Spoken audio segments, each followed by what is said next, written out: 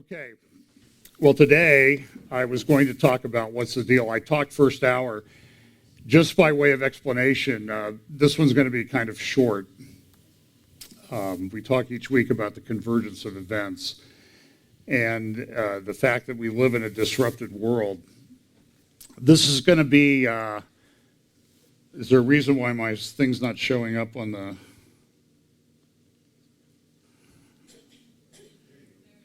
Oh, there we go. Okay. So here we go. We're going to talk about a little bit about the convergence of events. But what I'm going to be doing is I'm going to be going from memory because as I was getting up to talk first hour, my PowerPoint crashed and it said click on save. And when I clicked on save, it saved my sermon from first hour and completely overwrote everything that I had worked on for my prophecy update today. And I mean everything, it's gone. I do have a couple copies of my sermon that I could distribute, but so I'm going to try to do a bit of an update. I'm going to go through memory, so I'll apologize if it's halting, but maybe this is God's way of saying you talked enough already today and you need to sit down and be quiet. But I haven't heard that yet, so I'm going to go ahead. It was an interesting week. So let me just go over some things that I think are important. The cultural thing continues to be a thing of major concern.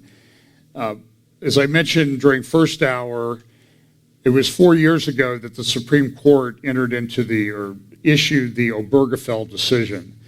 And the Obergefell decision allowed same-sex marriage in the United States. 4 years later, we are in a situation where people cannot even tell what gender they are.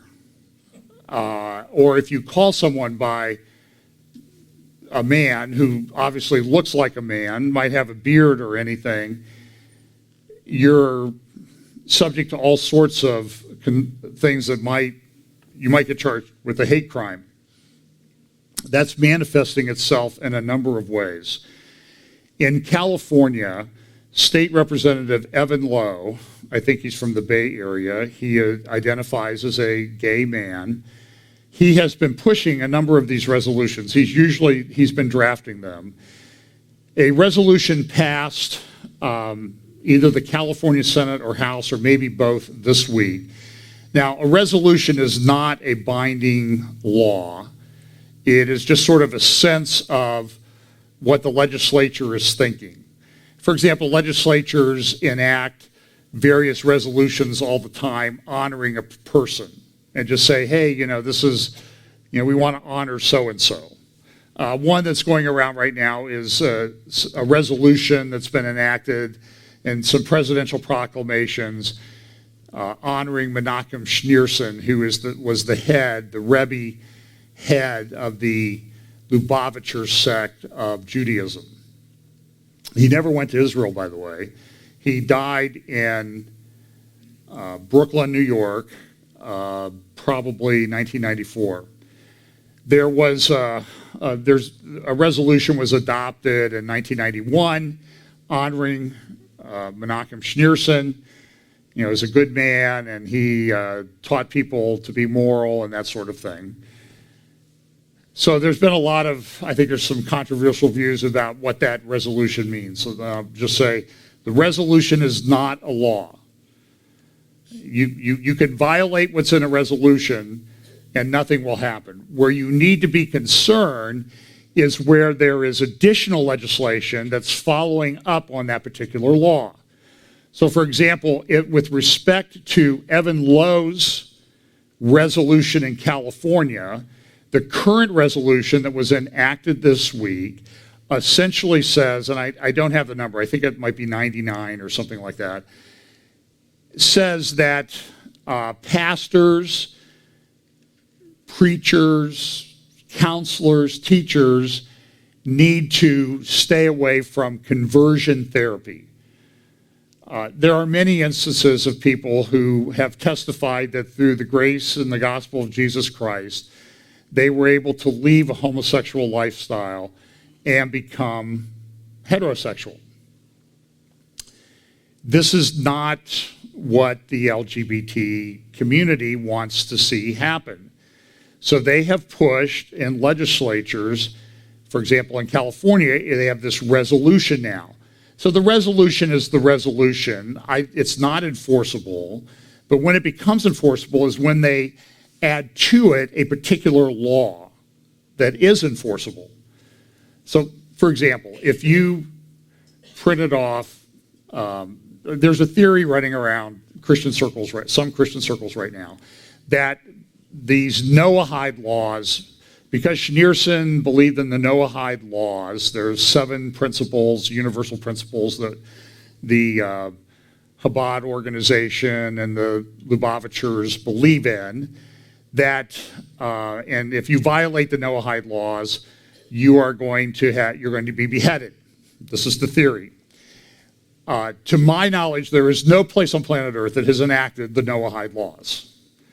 So when my response to some people who said, well, essentially were calling me ignorant for not being overly concerned about this, was that if I see something happening with respect to the Noahide laws, then I might be a little more concerned. But I have not seen this yet. And in fact, so the view is that, and you can see it expressed in a number of places, that the Jews run the world. They're going to take over. They're going to rebuild their temple. They're going to run everything. And if you violate the Noahide laws, you will be beheaded because you're a Christian and you believe in Jesus. Now, I don't want to be beheaded, okay? But I have not seen anything like this. I think I have some concerns about sources that are being cited. The Talmud is kind of a crazy place to navigate around if you look at all the different versions of the Talmud that are out there and that sort of thing. So I'm personally not particularly concerned about it. I'm not sure that being beheaded for Jesus Christ ultimately is a bad thing anyway. I mean, really. I mean, it's not what I want, okay? But I want God to be glorified through my life. But there's a lot of people very, very concerned about it. There's videos all over the internet about it. And my suggestion to one was, look, if you think the Noahide laws have been enacted, print off a copy, take it down to the local FBI office, and say, take me with you, and say, John Haller violated one of these. I'm pretty sure I'm not going to be arrested because there's no law that I'm violating. I'm pretty sure I'm not going to be institutionalized. The FBI may wonder about you for bringing me down there with this. Now, I don't want to trivialize it, okay? So this is a theory that's happening. So with regard to the California resolution, and there are other resolutions that might recognize Sharia law and that type of thing, it's when there's additional legislation that follows on with it that you need to be concerned about it. And certainly we need to be aware of the trends that are developing towards globalism, global religion, that type of thing, because I think this is going to happen. In fact, there are a number of examples that you can see. Now, back to the resolution on conversion therapy. Was texting back and forth with a pastor friend in California about this, and they're very concerned about this, mainly because there are follow-on laws to implement this type of thing that would lead to criminal prosecution of pastors, therapists, counselors, whatever, who would discuss this. One example would be the Equality Act. I've talked about the Equality Act, that there House Bill 5 that has passed the U.S. House of Representatives. That law, or that bill, the Equality Act, Joe Biden, when he was in Columbus here a few months ago, he said, if I'm elected president, this will be my number one priority. My response to that is, if this is your number one priority, I will give money to people who run against you.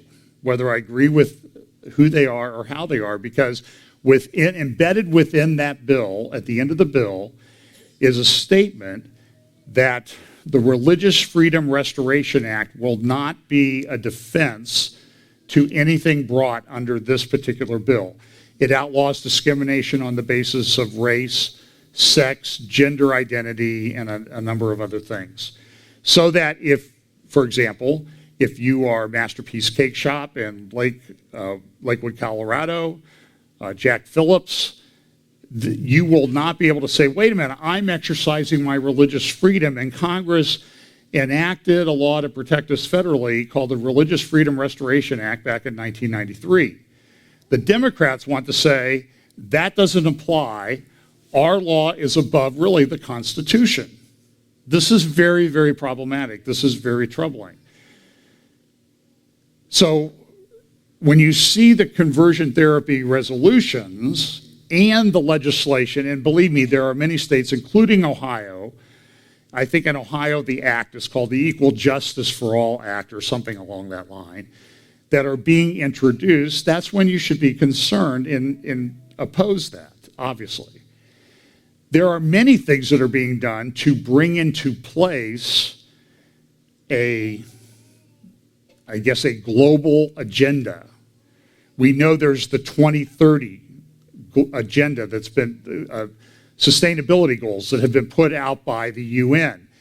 In many places, the sustainability goals are being made part of treaties that are governing laws between nations and even govern the conduct of people within the nation. And there are also actual legislation that's being enacted in some countries to implement these type of things.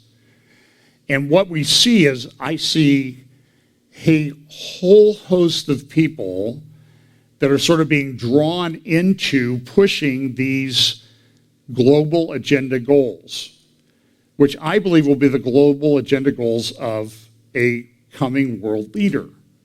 And that is a reason to resist them. For example, one country that has put in these 2030 agenda and 2030 goals is Saudi Arabia.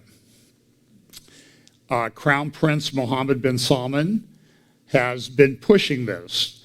He is building a city in part to implement his 2030 vision for Saudi Arabia.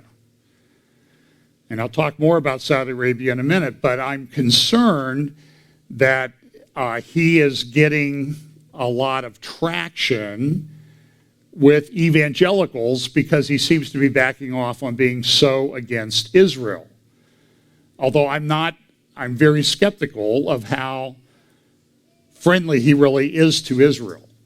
Now, I know the way Ezekiel 38 and 39 reads, it appears that the region of Saudi Arabia doesn't participate in this invasion of Israel. They're sort of on the sidelines saying what's going on.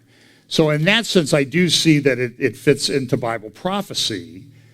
But, you know, Saudi Arabia is devoid of churches, and I just see evangelicals. There was a meeting of a group of evangelicals with the Crown Prince this week, and an old ancient Nabatean city area. I think they have sort of a resort there. And I'm just concerned that everybody kind of gets into, well, who would be against peace? Who would be against the world being a better place? But it's the backside underlying agenda that is concerning to me. One thing that happened in Israel this week, and I'll try to cover these things in more detail in my next update, or if I have time, I'll sort of recreate things and do it again this week. Redo it with the slides and everything. Today I'll learn whether people listen to me or they really want to see the pictures. There is a group that has reconstituted itself in Israel called the Sanhedrin. And the Sanhedrin is pushing sort of these same goals. In some respects, they do push these Noahide Laws. Within Israeli society, and they're pushing for the building of a temple. So on September 26th, they're having a thing on the Mount of Olives, and they're going to do a sacrifice, and get all the world to come to Israel to worship God. And they want Jerusalem to be the center of everything. Now, I think eventually Jerusalem is, but there's an interim thing that's a lot of trouble. It will be very problematic. It will not be a good thing. And that's the concern I have with this sort of global push that I see. So they're going to have this thing on September 26th on the Mount of Olives, and I have a copy of the program and everything. But now, talking to some Israeli friends, the belief is that some of the people involved with this particular group are sort of fringe people, or fringe of the fringe. And there doesn't seem to be that much concern about it. So listen, all of these things I think we should watch, but I've seen small things get overblown. There is a very good article. You can find it on the Moriel Be Alert Facebook page. It comes from a publication called Christian Today, not Christianity Today, but Christian Today. And while I'm talking here, I'm going to talk about it. I'm going to try to find this article. I had all of this in my notes. Maybe I sent it to myself here.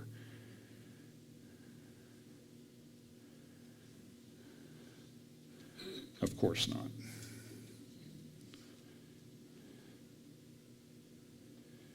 Okay, did not.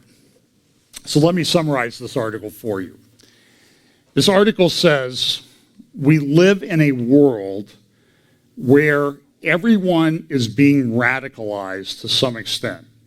In other words, the way the author used the term was that radicalized means you're getting into these narrower and narrower categories. Let me give you an example of how this works. Pam and I were talking recently about a young relative who has some hearing problems. We didn't look for hearing aids or anything like that on the internet. We don't have an Alexa. We don't have any of those speakers or anything that people are concerned about in our home. But we talked about it, like what are they going to do? How are they going to help this child? What are the plans for treatment? That sort of thing. The next morning, my cell phone rings, and it's a call from a hearing aid company saying, we know you have elderly people in your house, and here is, do you need a hearing aid or hearing assistance device? And I'm like, no. Why did you call me? Now, it's possible that was just a robocall, and it just happened to coincide with what we had been talking about the evening before, but I don't really believe that. If you look at my Facebook feed, as you know, I do enjoy playing golf quite a bit. I enjoy playing good golf even more, which is, has been over the last year or so increasingly rare. But I have somehow on my Facebook feed, and I've looked for, an assistance. Is there an aid to help me learn how to do this when I'm swinging the golf club? And now my Facebook feed is filled with all sorts of training tips, training videos, and it's like an encyclopedia of things that I assure you that if I downloaded all of them and paid the hundreds and thousands of dollars to buy all of them, I wouldn't even be able to swing the club back from here to here because there would be too much for me to remember. I would be frozen. But what's happening is the marketing of things is taking on, there are these algorithms and that sort of thing. And so what it does is it caters to what I like, what I want. And so it keeps feeding me things that I might be interested in. And in this sense, we're becoming radicalized without us even knowing it. And I think we're seeing some of the bad aspects of social media, and I think we have not seen anything yet. we're seeing this radicalization take place. And what happens too is people come to a certain conclusion, and that conclusion is then you only, and I see a lot of people do this, they conclude that so-and-so is the Antichrist. And then they only seek out things that reinforce that particular view. They're not willing to discuss alternative views or discuss concerns people might have with why they are wrong. And look, there's times when we have to be dogmatic about things, but some of these things are, I'm just telling you, I read a lot of different forums, and I see people post on things that I post. Everybody's got an opinion, and everybody's sure they're right. And it seems like anytime there's a discussion, a fight breaks out. Somebody blocks somebody and this type of thing and unfriends another person. And I'm not sure that this is a good thing because people are not willing to consider any alternatives. I read a lot of different news sources. I read the New York Times. I know it's a left-wing rag, okay? I got that. They do report facts from time to time. This week, there was, in fact, it was yesterday, there was a very well done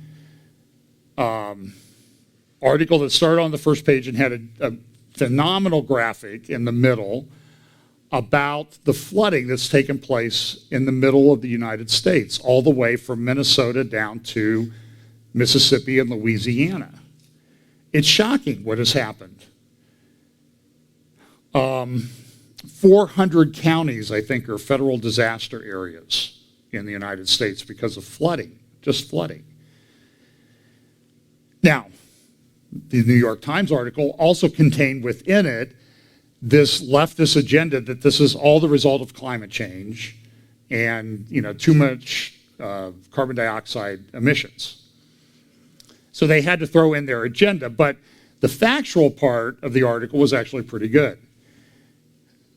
But when I cite, say, the New York Times or something like that, or maybe I cite the New York Times to prove a point that, look, it really is a left-wing rag, and this is the agenda that they're pushing, but this is an agenda that is supported by a lot of the mainstream media. I'll get, why do you even read that? I can't believe you even read the New York Times. And I read it because I kind of want to know what the other side is doing.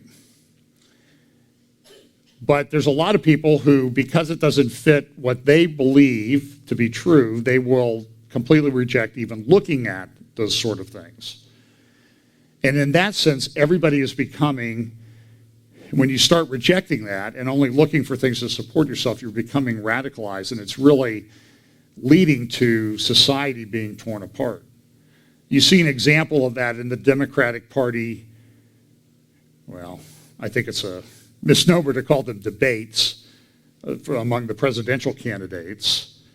It's mostly like, here's how I can give you free stuff that I don't know how we don't worry about how it's going to be paid for, but vote for me and I'll give you this free stuff.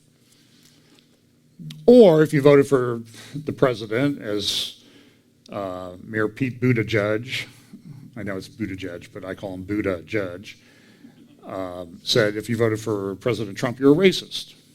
Or if you support President Trump, you're a racist. Whatever. But the agenda is being pushed. Even the New York Times this morning, or the Washington Post this morning, had an editorial that said, and the winner of the Democratic debate the other night was Donald Trump. Because nobody thinks they can do any of the stuff that they're doing, and it's incoherent, and it doesn't make sense. And now we're going to have the next Democratic debate here at Otterbein University down the road in Westerville in the middle of October. Hopefully I'll have something else to do that night. But this resolution in California, back to that, which is against conversion therapy and clearly states and pastors shouldn't participate in this at all or even talk about it and should speak out against it. I'm still trying to verify this, but I have it on pretty good authority that assistance in drafting that resolution was provided by the presidents of a couple of Christian universities in Southern California. Now think about that. This is where this is going. This is coming into the church. In the first hour, I mentioned Jen Hatmaker. She has been pro same-sex marriage for a long time. She's a very popular speaker at women's conferences. She came out with a podcast this week praising Richard Rohr, who is he believes in the universal Christ. All paths lead to God, and he's a universalist. And he's all over the evangelical church now.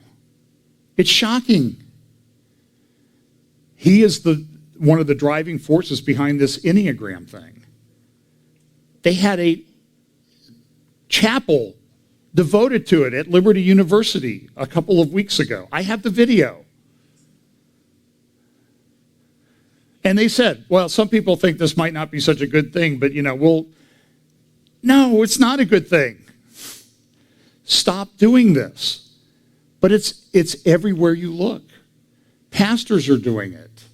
Andy Stanley pushes it in his podcast. He's pushed it at his conferences. And it's like this tidal wave of stuff that's washing over the church. And the church is largely defenseless against this. There's all sorts of New Age type stuff coming into the church. Things that you wouldn't even believe. In fact, I think I might be able to, if you will give me 1 second here.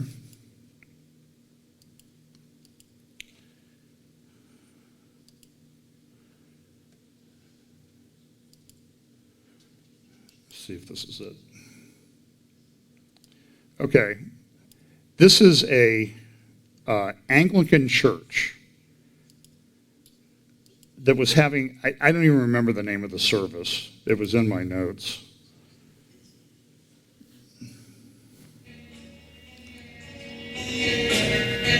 Now,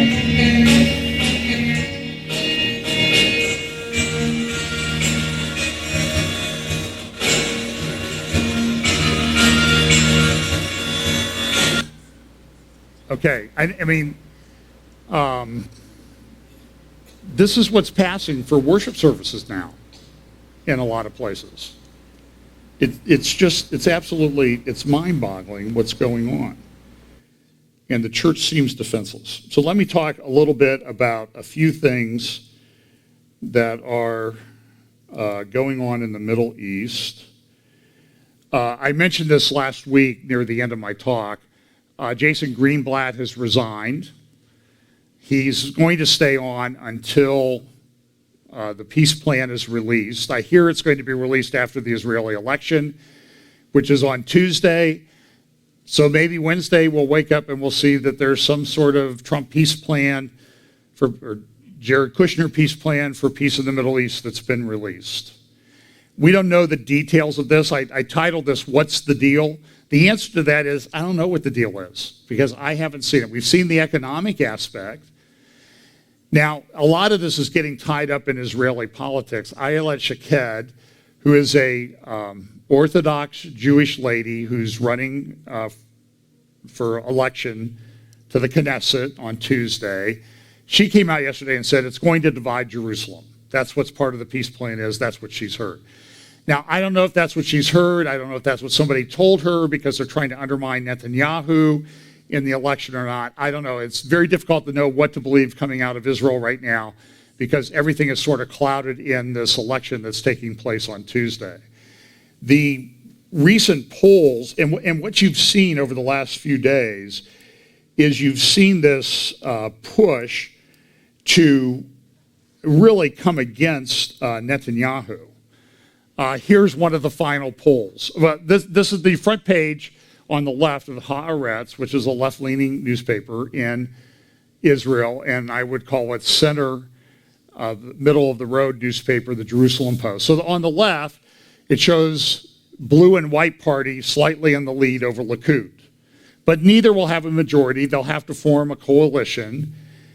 And what most of the polls are showing is, it looks like it may end up the same way that the last one did, which means that there may not be a coalition formed. They're going to have a caretaker government and yet another election. And it's, nobody knows for sure. Now, the Jerusalem Post this morning is saying, final polls, Netanyahu on verge of majority. Because there's a couple parties that are teetering on the threshold of meeting that 3 or 4% of the vote total to get seats in the Knesset. If you remember the New Right Party in the last election, Naftali Bennett, Ayelet Shaked, Caroline Glick, they fell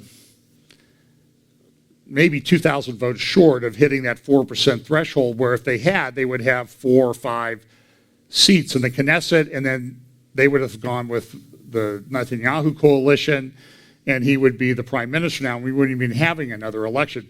But just a few votes short. There are also concerns that the Arab parties, who largely sat out, at least statistically sat out, the last election, are going to come in and vote in this election and flip everything over towards the left side of the platform, the blue and white, and Netanyahu will be out. I don't know. Frankly, I've read a lot of material, read a lot of polls. I don't know what's going to happen. We'll know Tuesday night around dinner time, our time, what's happened. Whether somebody's going to be able to form a coalition, or somebody might be able to form a coalition, or we're going to head to another election, because nobody's going to be able to form a coalition. But if the Arab parties get a lot of seats in the Knesset, they can throw the election one way or the other. As this article in the New York Times this morning, fate of leader of Israel may ride on the Arab vote. There's been a lot of things going on. Now, in the lead up to the election, what you're seeing a lot of articles really against Prime Minister Netanyahu. A lot of people want to see him gone. He's been around 10 years. That's long enough. We need new blood in there. Let's get rid of him. And it ranges all the way from we're just tired of him to he's corrupt, he's evil, he's the worst thing ever, and we need to get rid of him. And so here's an article in this morning's Washington Post by Robert Kaplan, who's a left-leaning author, but he writes on geopolitics and geography, and I find him interesting to read, saying Israel and the decline of the liberal order. Because you see, Israel, Netanyahu, and Trump have thrown in with all these right-wing dictators around the world. They're fascist, they're racist, and they're going to come to get us if they win. That's the view. Netanyahu did do a couple of speeches this week, one of which was he gave a speech early in the week about yet an additional Iranian atomic warehouse site that had been discovered in Israel. He released some information. So the response to that was, wow, some people said, wow, the Iranians really pulled everything over our eyes. And other people said, oh, Netanyahu's revealing state secrets to advance his political agenda and get reelected. So you understand, there's nothing in the middle anymore. It's always one side or the other. So he revealed these things, another nuclear site. At one of the nuclear sites that they had torn down, covered over with gravel, the IAEA found uranium or plutonium traces at that site, indicating that guess what? The Iranians have been lying to people all along. Nasrallah came out this week with yet more speeches about, in response to the Nasrallah and Hezbollah attacked a vehicle in the north part of Israel, and Israel sort of made up a fake like they had injured soldiers in the attack. When they didn't have any injuries, they took them to the hospital even though they weren't injured. And then Hezbollah came out and said, oh, look at those guys, we got them, look how great we are. Then Israel said, hey, this was all fake. So now Israel says, you're just a bunch of Hollywood actors, we're really committed soldiers, and we're coming after you. So nothing's changed, but there were no further attacks in the north this week. But it's still something that everybody is concerned about. So in addition to that, a few days later, Netanyahu gave a talk. And in this talk, he said, listen, if I'm elected prime minister, we are going to annex the Jordan Valley. Now, the Jordan Valley is a very important strategic thing for Israel. Here's a little bit better map. The red area is the proposed annexation. And of course, there's been a hue and cry from the Arab world, even Saudi Arabia coming out and saying, this is awful, this is terrible, this is evil, this is contrary to UN resolutions, et cetera, et cetera, et cetera. And Netanyahu, the only thing that would be excluded is Jericho and its environs. In that area of the West Bank, there are about 75,000 people live in that red area. It's largely agricultural. It's along the Jordan River, but it's not a place that Israel wants to give up. In fact, if you will bear with me for just a moment, I actually have a video on that from a few years ago. The Jerusalem Center for Public Affairs did a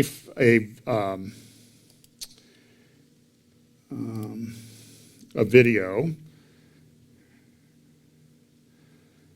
about why the Jordan Valley is strategic to Israel. And I think this is a very well done video, and it shows why it's important. So in this area of the West Bank, there are about 75,000 people that live, 11,000 Israelis and about 65,000 Arabs. Most of the Arabs live in that area around Jericho. And so Netanyahu's point is, we're not taking any Arab areas. We're just taking areas that are vital to our defense and that have Israelis living in them. Here's just a few-minute video from the jcpa.org talking about the Jordan Valley. Egypt. After the Suez Crisis, the United Nations Emergency Force, UNEF, is deployed in the Sinai Peninsula. Its mission, securing the cessation of hostilities, ensuring freedom of navigation in the Strait of Tiran, and serving as a buffer between Israel and Egypt.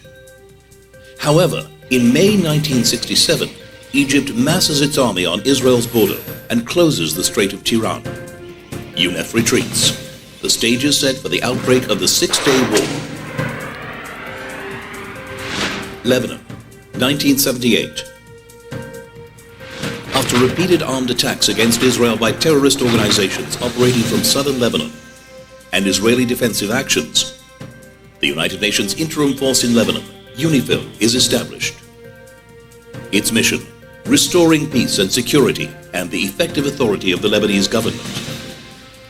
However, UNIFIL fails to stop the flow of hostile forces from entering southern Lebanon and fails to stop the terrorist attacks against Israel.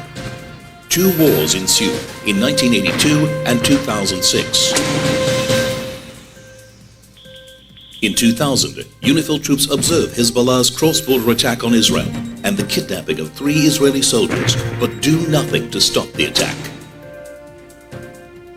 In 1983, Iran orders Hezbollah to attack the multinational force in Beirut. 241 American servicemen and 58 French paratroopers are killed. The multinational force withdraws completely within 6 months. 2006. UNIFIL is upgraded with European troops and weapons in order to implement UN Security Council Resolution 1701. Its mission, to stop Hezbollah activity south of the Litani River and help implement a weapons embargo on the organization. However, UNIFIL does nothing to stop the rearmament of Hezbollah. We are at a point now where Hezbollah has far more rockets and missiles than most governments in the world. Gaza, 2005. After Israel pulls out of Gaza, European monitors are stationed on the Gaza-Egypt border. Their mission, to prevent weapons smuggling into Gaza. However, in 2006, as Hamas begins its takeover of Gaza, the Europeans flee their positions. Iranian and Libyan weapons flow into the arsenals of Hamas, Islamic Jihad, and Al-Qaeda affiliates and are fired at Israeli population centers. By June 2007, their operations are officially suspended. Syria. The United Nations Disengagement Observer Force, UNDOF, is established in the Golan Heights following the Yom Kippur War. Its mission, to maintain the ceasefire between Israel and Syria. However, in 2013, as the Syrian civil war intensifies, Austria, Croatia, India, and the Philippines retreat. The repeated failure of international forces to maintain peace and security goes well beyond the Middle East. Peacekeeping forces from the US and Europe dispatched to Somalia, Bosnia, and Rwanda have ultimately retreated when attacked, allowing a bloodbath to follow. Since 1967, the Jordan Rift Valley has served as a formidable geographic barrier, protecting Israel and the front line of its defense in the east. The Israeli army has been deployed along its steep slopes, thwarting terrorist infiltration and deterring potential attacks from hostile armies. This critical zone cannot be turned over to international forces that have consistently proven to be ineffective, unreliable, and quick to retreat from conflict zones. Israel's national ethos has always been one of self-reliance, and it has never requested that its allies shed their soldiers' blood for its defense. History leads us to the unmistakable conclusion: Israel must defend itself by itself. So that's the example. Now, the biggest news probably was this attack that occurred yesterday in Saudi Arabia, near the area of Bahrain. I'll explain in a moment why this is significant. The facility that was attacked is an oil processing refinery of Saudi Arabia. Saudi Arabia, Aramco, that is the company that operates these things, is on the verge of going public. It's all over the financial press. What are they going to do? How much are they going to be worth? I mean, this is a company that had over $100 billion in profits last year. It's the most profitable company on the planet by far. I mean, it's as big as the next number combined of the largest companies. So there was this attack on this, the largest oil refinery in the world. Saudi Arabia came out in response to that and said, we're shutting down half of our oil production immediately. That might indicate how bad the damage was, although they've since come out and said we should be back to normal production early in the week. So maybe this is a big thing, maybe this is not, but this is one of the most significant facilities in the world. The word is that it was attacked by drones from Yemen. The Yemen Houthis, or who are an Iranian proxy, came out and said, we did it, we'll take credit for it. Now, from Yemen, the area of Yemen where these would have been launched, to this facility is 1,100 kilometers, roughly 700 miles. The drones, the only drones that the Houthis would have, and they've become pretty good with using drones, by the way. They've adapted them to use, and a lot of this stuff is stuff you can order off the internet, and then they've put explosives on them. The Houthis, but if they have any really manufactured drones, they're Iranian drones. They're an Iranian proxy. So immediately, Secretary of State Pompeo, the Netanyahu government, everybody has come out and blamed Iran for doing this. The Saudi government said it was Iran. The answer is we don't really know for sure right now. I did, as I was seeing some, and this is why it's significant. When you look at this map, the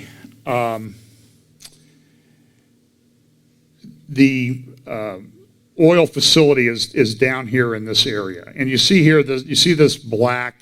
Here, let me get a laser pointer up.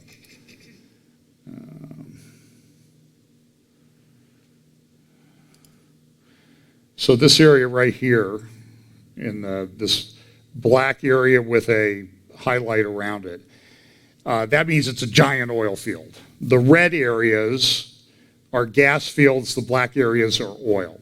So this is Iran here, this is Iraq, this is Kuwait, this is Saudi Arabia, this is Bahrain, and this is Qatar. Over here is the United Arab Emirates, Dubai, that big city with all the tall buildings.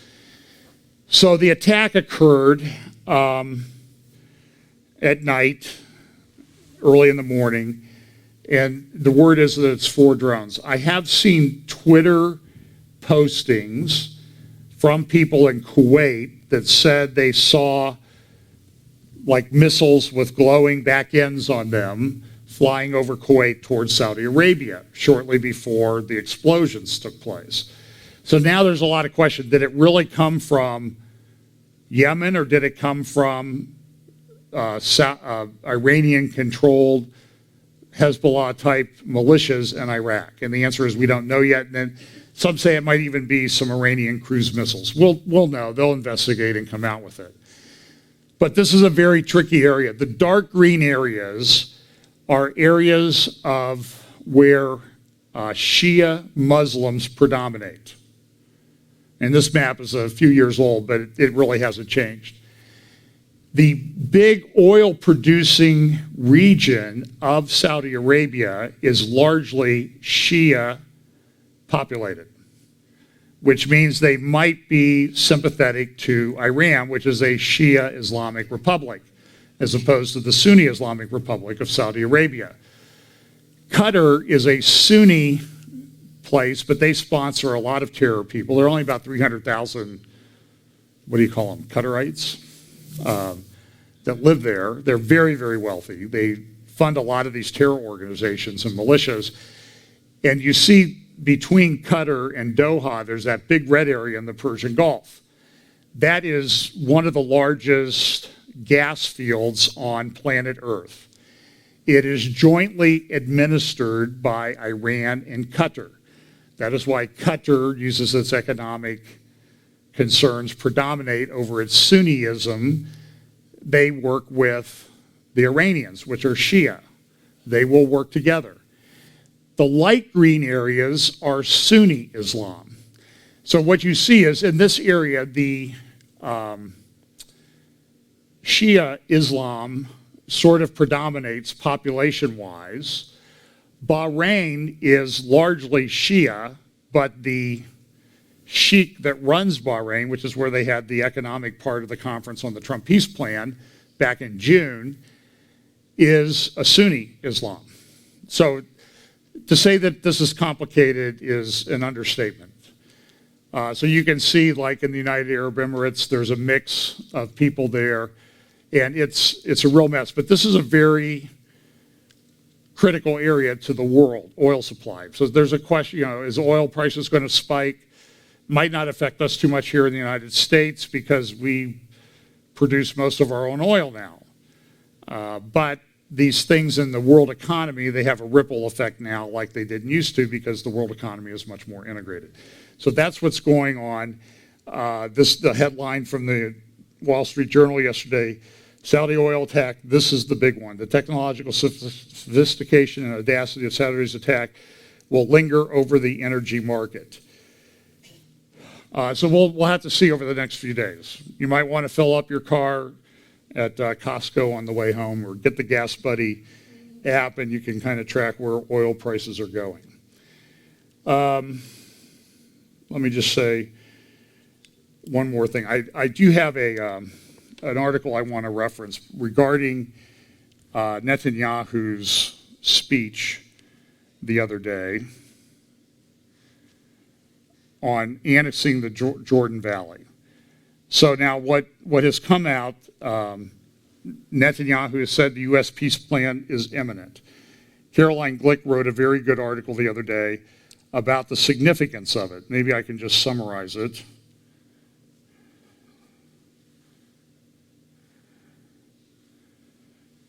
Let's see, here it is. Netanyahu's earth-shattering announcement. She writes for Israel Hayom now. It's a newspaper, free newspaper in Israel, largest circulation of newspaper in Israel, but it's published by the Adelsons. He's the casino tycoon.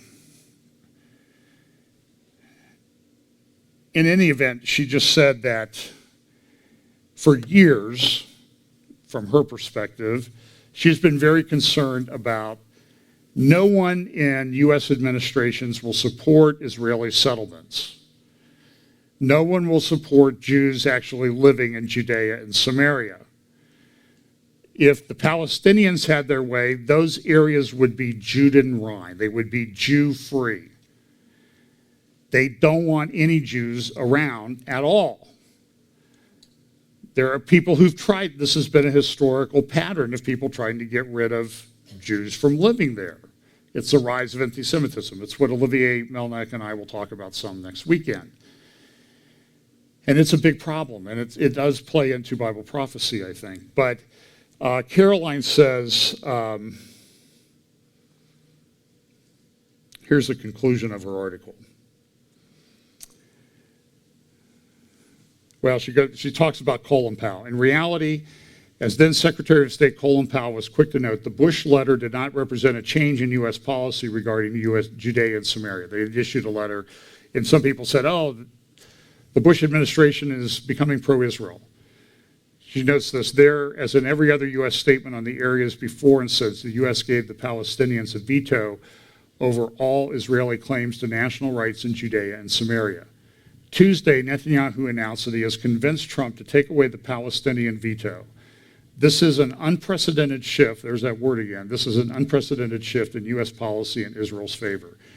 Moreover, Netanyahu did make a political promise. He said that this shift isn't mere verbiage, it is the basis of a policy that he promised to implement immediately after he forms the next government if the public reelects him next Tuesday. Netanyahu concluded his remarks by noting, we haven't had an opportunity like this since the Six-Day War, and it is doubtful that we will have such an opportunity in the next 50 years. Netanyahu is right, and Hamas knows he's right. It is important that the Israeli public also understand that he is right. So this election is a big deal. What Trump's going to say in terms of the peace plan, we'll see if it's a big deal or not. We'll just have to watch and see.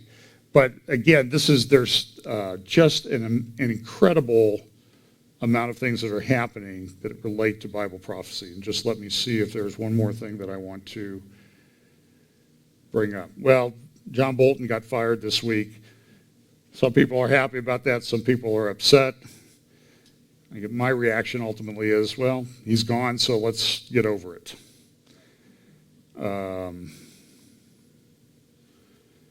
And I apologize for the lack of a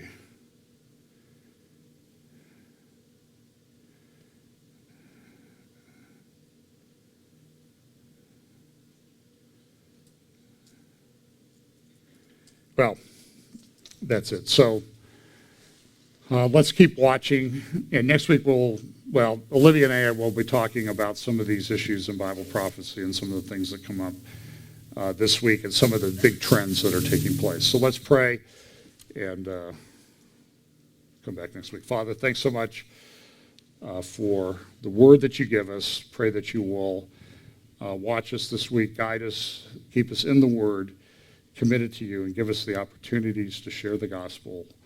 In Jesus' name, amen.